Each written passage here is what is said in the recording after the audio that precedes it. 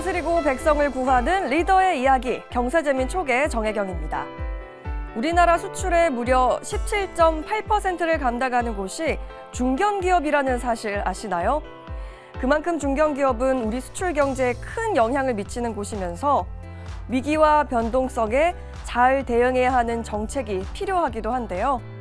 최근에는 트럼프 정부의 관세 정책으로 우리 중견기업들은 더 큰 불확실성에 노출될 가능성이 커졌다는 분석도 나오고 있는 상황입니다.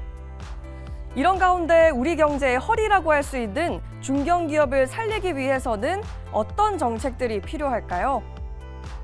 오늘 경제재민 촉에서는 이호준 한국중견기업연합회 상근 부회장님 모시고 이에 관해 이야기 나누도록 하겠습니다. 의견을 수렴하고 애로사항을 파악하고 현장에서의 문제를 확인해서 법 제도를 바꾸고 어떤 지원 프로그램을 만들고 제공해주는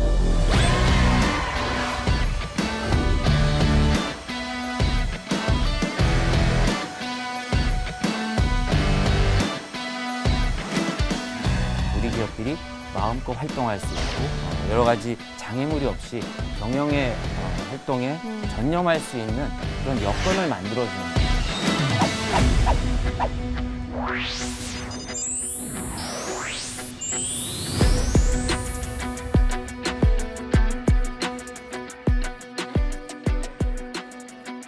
부회장님 안녕하십니까? 안녕하세요.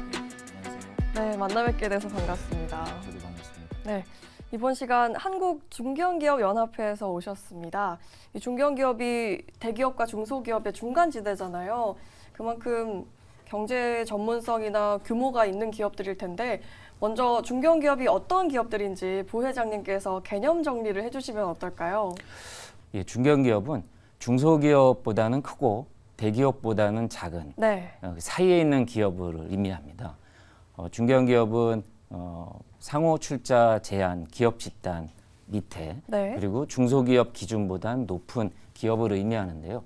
우리나라 중소기업 기준이 업종마다 좀 차이는 있는데 400억 원에서 1,500억 원까지 업종마다의 중소기업 기준이 있습니다. 그거를 초과하거나 아니면 자산총액 기준 10조 원 이하인 기업들, 그 사이에 있는 기업들 5,868개가 현재 중견기업으로 지정이 되어서 경영 활동을 하고 있는 중입니다. 대부분이 B2B 기업이기 때문에 B2C 기업이 상대적으로 적습니다. 그러다 보니까 우리 일반 국민들이 봤을 때는 어떤 게 중견기업이지 하는 궁금함이 많이 생겨나는 그런 기업군이라고 할 수 있습니다. 네. 그렇다면 국가 경제적인 측면에서 중견기업이 왜 중요한 건지 우리나라의 성장을 견인하는 핵심 주체임이 분명할 텐데 중견기업을 살려야 하는 이유, 또 중견기업을 정책적으로 지원을 하면서 지켜내야 하는 이유가 궁금합니다. 예, 중견기업은 아까 말씀드린 기준에 포함되는 기업의 숫자가 5,868개인데요. 우리나라 소상공인 자영업자를 제외하고 기업 수가 한 41만 개 정도 됩니다. 그중에 1.4% 정도에 해당되는 기업인데 매출의 한 15%, 수출의 18%, 고용의 14% 정도를 점하는 기업들입니다. 한 10년 전하고 비교를 해보면 거의 2배 이상의 그런 경제적인 어떤 비중을 차지하는 걸로 성장을 해온 기업들입니다. 근데 이제 중견기업들이 우리 경제에서 차지하는 비중을 여러 가지로 말씀드릴 수가 있는데 첫 번째는 중견기업들은 평균 업력이 22년 정도 됩니다. 그러니까 우리나라의 경제발전 역사와 궤를 같이 하면서 100년 기업, 80년 기업, 50년 기업 이런 기업들이 모여서 전체 우리 경제발전의 역사를 함께 해온 기업들이라고 할 수 있고요.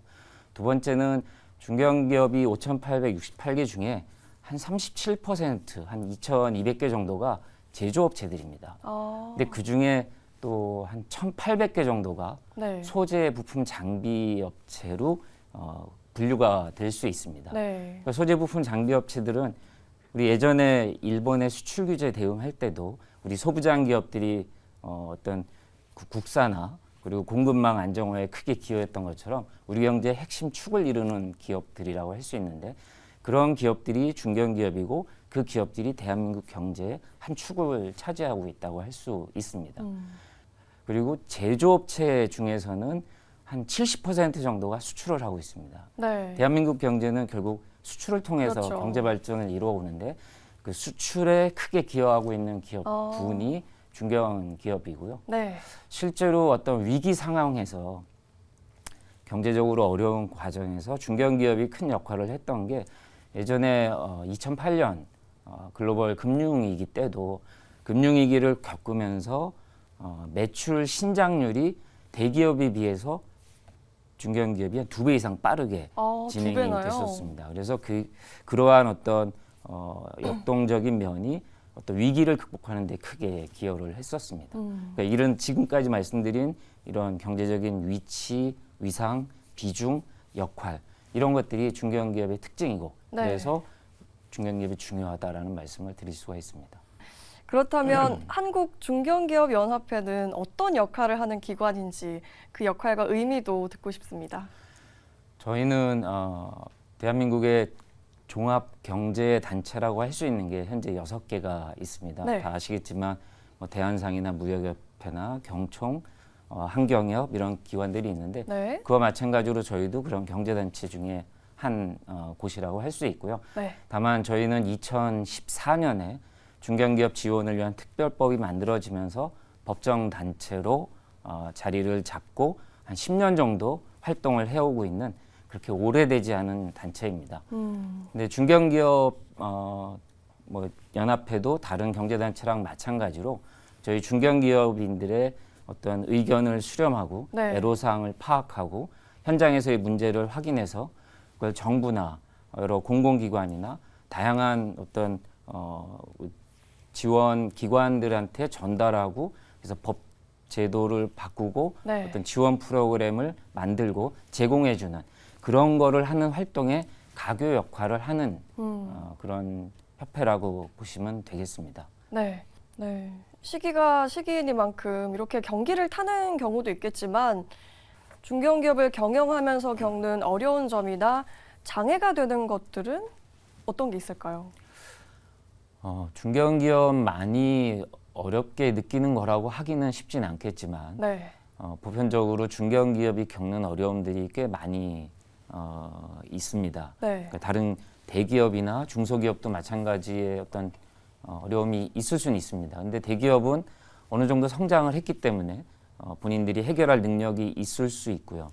중소기업은 상대적으로 많은 지원 프로그램이 있다 보니까 상대적으로 중견기업에 비해서는 조금 지원 프로그램을 활용할 수 있는 여지는 더 있습니다. 네. 근데 중견기업이 보통 어렵게 느끼는 부분들은 몇 가지 말씀드릴 수 있는데 첫 번째는 기업의 승계 문제입니다.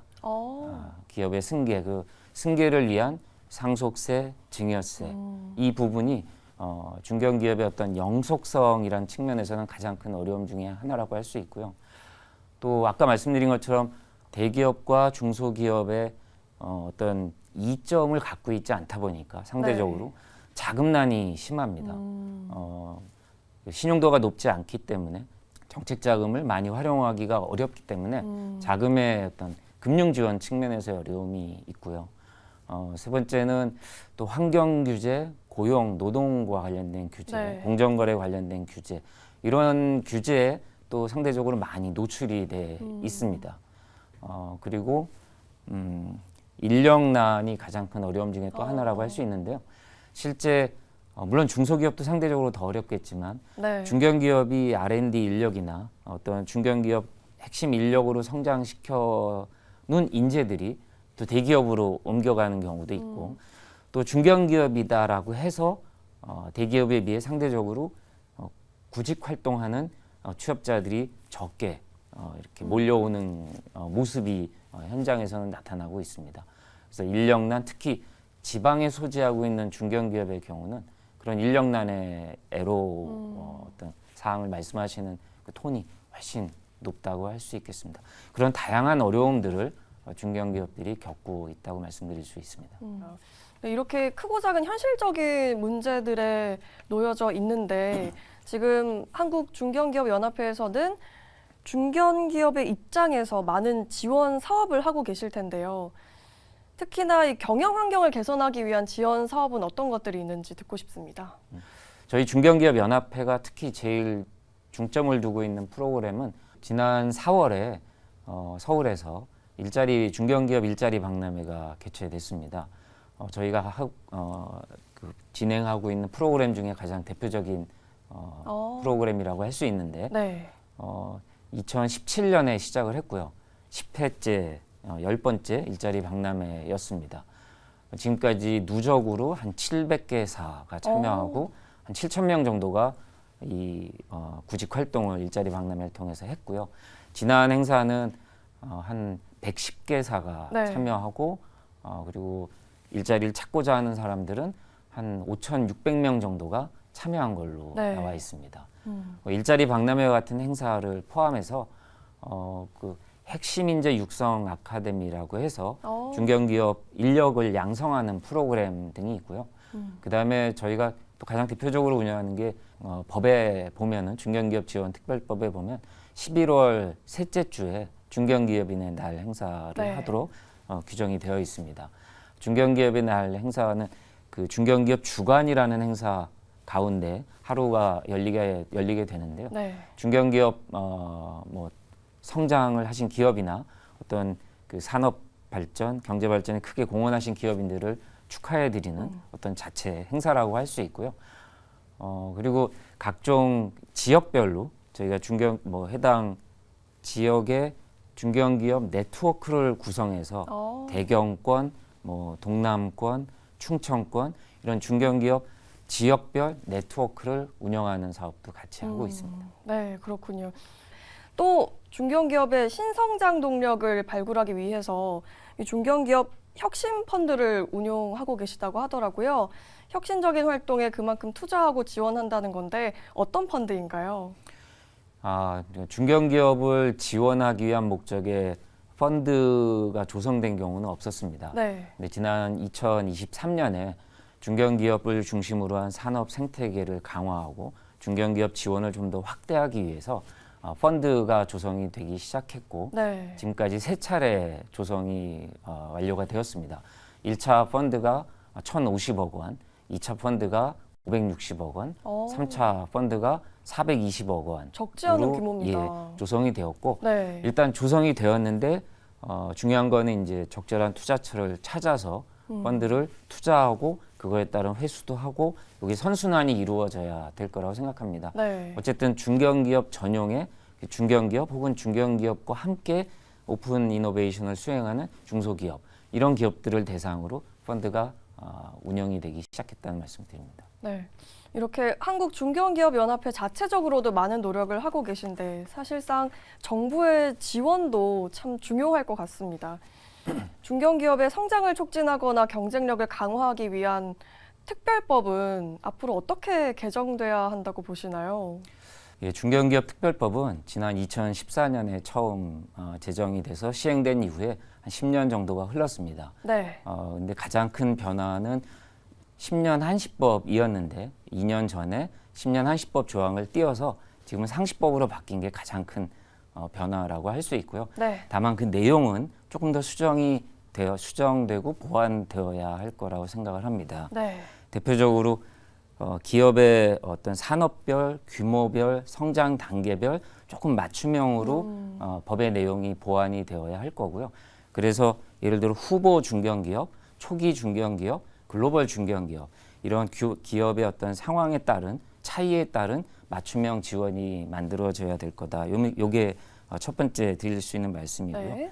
그다음에 이제 중견기업에 대한 어떤 연구, 지원 이런 거를 집중적으로 할 수 있는 중견기업 연구원에 대한 근거 네. 조항도 필요하다고 할 수 있을 거고요. 또 중견기업 관련된 여러 통계 시스템을 정비할 수 있는 그런 근거 조항 마련도 필요하다고 할 수 있겠습니다. 아울러서 중견기업들이 직면하고 있는 여러 가지 어려움 중에 가장 큰 것 중에 하나가 바로 네. 금융, 어떤 자금 이런 부분에 대한 지원이 좀 부족한데 그런 면에서 금융 지원, 어떤 자금 지원 이런 거에 대한 근거 규정 마련도 필요하다고 할 수 있고요. 네. 그런 것들이 좀 보완된 정부 안을 지금 만들어 나가고 있는 중입니다.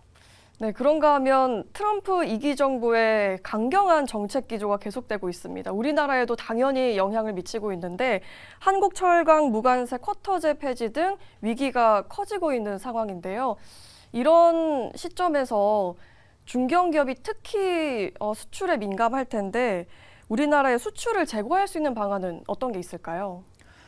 예, 미국의 지금 어떤 정치 경제적인 상황이 우리나라에 미치는 영향은 상당히 크다고 할 수 있는데요. 네. 실제 1일부터 20일까지의 대미 수출 통계를 보면 4월 달에 한 14% 정도가 줄었습니다. 네. 실제로 영향이 나타나고 있다고 할 수 있고요. 근데 중견기업 5,800여 개, 5,868개 중에 한 37%가 수출 중견기업들입니다. 근데 수출 중견기업의 한 60% 정도가 대미 수출을 하고 있습니다.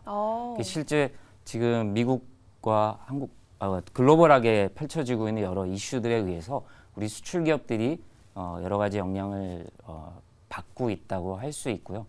다만 미국의 예를 들어 이제 관세 인상 조치가 하나하나 진행이 되고 있는데 뭐 일부 유예는 아직은 시행이 안 되고 있기는 하지만 90일 네. 유예를 또 주긴 했지만 우리 기업들 얘기를 들어보면은 실제 관세가 인상이 됐을 때 우리 기업들이 부담을 하느냐 아니면 미국의 수입업체가 부담을 하느냐 이런 이슈와 관련해서 미국의 이런 수입업체랑 협의를 하고 있는데 만약에 미국 내에서 미국 기업과 경쟁하지를 않는다면 우리 기업들이 다른 나라들하고만 경쟁을 하는 상황이라면 모두가 관세가 올라가는 경우에는 어느 정도 견딜 수 있다. 네. 다만 우리 기업들, 그러니까 다른 나라가 아니라 미국 내 기업이 경쟁 기업이 존재하는 경우에는 관세 부과가 되면은 우리 기업들한테 실질적으로 타격을 줄 수 있다라는 염려를 갖고 있습니다. 그런데 그런 부분이 아직 명확하지 않기 때문에 네. 기업들도 이 관세 인상 조치 등을 포함한 미국의 여러 경제 조치에 따른 영향이 어떻게 될지를 지금 지켜보고 있거나 아니면 별다른 대응책을 내놓지 못하고 있는 경우가 많이 있고요. 정부에 바라고 싶은 거는 네. 우리만 특별하게 관세가 더 많이 부과되는 경우는 없게 경쟁국하고 어느 정도 동등한 수준의 관세가 부과가 된다면 그거는 한번 해볼 만하다 하는 게 기업들의 네. 입장입니다. 어쨌든 기업들은 지금의 불확실성이 빠르게 해소되기를 많이 바라고 있는 상황입니다. 그렇다면 부회장님, 상법 개정은 앞으로 어떻게 바뀌면 좋을까요? 상법 개정의 핵심은 이사의 충실 의무를 주주에게까지 확대한다는 내용이 담기는 거거든요. 네. 근데 이렇게 되는 경우에는 이사의 충실 의무가 너무 과도하게 확대되는 경향이 있습니다. 주주는 다양하게 구성이 되거든요. 근데 실제 우리 상장 기업들을 보면은 코스피 시장의 한 55%, 그다음에 코스닥 시장의 30% 이상이 중견 기업들이 해당이 됩니다. 네. 그러다 보니까 이 이사의 충실 의무를 확대하는 상법 개정안은 대기업만의 어떤 부담으로 작용하는 이슈가 아니라 실제 중견 기업들한테도 아주 현장에서 느껴질 수 있는 네. 그런 큰 이슈로 작용하게 될 겁니다. 실제 그 행동주의 펀드와 같은 네. 그런 곳에 공격을 받는 기업들의 현황을 보면은 대부분이 중소기업들이 공격을 받고 있습니다. 근데 중견기업들의 경우에 저희가 조사를 해보니까 한 3분의 1 정도만, 30% 정도만 법적인 분쟁을 처리하는 부서가 구성되어 있고 나머지 중견기업들은 그대로 노출이 돼 있는 취약한 실정입니다. 네. 실제 우리나라 식품회사, 또 반도체 회사 이런 경우에 한 10년 정도 투자해서 새로운 반도체 어떤 기술을 개발하거나 10년 정도 투자해서 새로운 식품 어떤 제품을 만들어내는 경우도 있습니다. 그 과정은 계속 적자가 나게 되거든요. 그런 경우에 이사의 충실 의무를 주주까지 확대하게 되면 소액주주나 일부 주주들은 왜 그런 손해를 계속 보면서 투자를 하냐라는 네. 지적을 할 수가 있거든요. 그러니까 기업들이 영속적으로 장기적으로 어떤 기업 가치를 높이기 위한 장기적인 투자 활동에 이러한 어떤 상법 개정이 어떤 저해 요인으로 작용할 수도 있다는 걸 기업들은 가장 걱정을 하고 있는 거고요. 그래서 상법을 개정하지 말고 이런 어떤 보편적인 규정을 넣는 게 아니라 문제가 되는 거를 자본시장법과 같은 곳에 핀셋 규정으로 담는 게 필요하다라는 게 업계의 의견입니다. 네. 상속세와 상법 개정에 대한 부분까지 들어봤습니다. 오늘 정말 다양한 이야기를 나눴는데요. 마지막으로 앞으로 중견기업이 발전하기 위해서 어떻게 해야 할지 비전에 한 말씀 부탁드리겠습니다. 제가 중견기업연합회 상근부회장으로 이제 취임한 이후에 네. 이제 한 3년 정도가 되어 가고 있습니다. 근데 그동안 한 50여 개 가까운 기업들을 직접 현장을 찾아가서 가서 뵙고 또 기업인들하고 말씀도 나누고 하면서 그분들의 도전 정신, 기업가 정신, 그분들의 어떤 경제 활동하려고 하는 의지, 그리고 그분들의 경영 활동의 역사 이런 거를 현장에서 볼 수 있었고요. 네. 그게 얼마나 절박하고 절실하고 어떤 큰 헌신의 모습이었는지를 많이 확인할 수가 있었습니다. 제가 바라는 거는 네. 어떤 기업인이 이런 표현을 쓰십니다. 젖소, 그러니까 우유를 생산하는 네. 젖소를 가지고 중견기업을 비유를 하십니다. 그래요? 젖소가 우유를 많이 맛있는 우유를 잘 생산할 수 있도록 환경도 잘 가꿔주고 네. 먹이도 잘 공급해주고 여러 가지 스트레스를 받지 않게 해줘야 실제 생산되는 우유의 양도 많고 품질도 좋아지듯이 네. 우리 기업들도 바로 젖소라는 얘기이거든요. 그래서 우리 기업들이 마음껏 활동할 수 있고 여러 가지 장애물이 없이 경영의 활동에 전념할 수 있는 그런 여건을 만들어주는 게 그게 가장 필요하다는 거고요. 저에게 부여된 사명이 제가 여기 중견기업연합회 오기 전에 30년 동안 산업통상자원부에서 공무원으로 근무를 했었습니다. 근데 그때 근무할 때 공직에서 기업을 지원하는 일을 해왔었는데 지금은 민간으로 나와서 기업을 지원하는 일을 역시 하고 있습니다. 네. 본질은 크게 달라지지 않았다고 생각하고요. 그런 저의 경험이나 그동안에 일해온 이런 경력으로 비춰봤을 때 제 생각에는 우리 기업들이 마음껏 좋은 경영 여건에서 자기들의 이기심을 발휘하면서 결국은 공익에 기여할 수 있는 그런 기업들이 많이 나올 수 있도록 우리가 여건을 만들어주는 게 필요하지 않겠냐. 네. 그걸 위해서 며칠 뒤에 얼마 뒤에 이제 네. 대통령 선거도 있기 때문에 경제단체가 공동으로 저희들 그런 기업들의 의견을 전달하는 작업도 진행하고 있는 중입니다. 그래서 결론적으로 말씀드리면 네. 기업하기 좋은 환경을 만드는 거 그게 나라가 발전하고 경제가 성장하는 거고 결국 궁극적으로 우리 모두한테 도움이 되는 거라고 생각을 하고요. 그걸 위해서 또 계속해서 최선을 다하도록 하겠습니다. 네, 기업하기 좋은 환경을 만드는 부회장님의 노력이 고스란히 전해졌습니다. 감사합니다. 중소기업에서 대기업으로 넘어가기 전 과도기 단계에 있는 중견기업. 중견기업은 대개 수출 주도형 기업이 많아서 해외 수입이 커지면서 결국 국내 자본시장 안정에 큰 기여를 하고 있는데요. 앞으로 우리 중견기업의 탄탄하고 안정적인 지속적인 성장을 응원하도록 하겠습니다. 오늘 한국중견기업연합회 이호준 부회장님과 함께했습니다. 오늘 좋은 말씀 고맙습니다.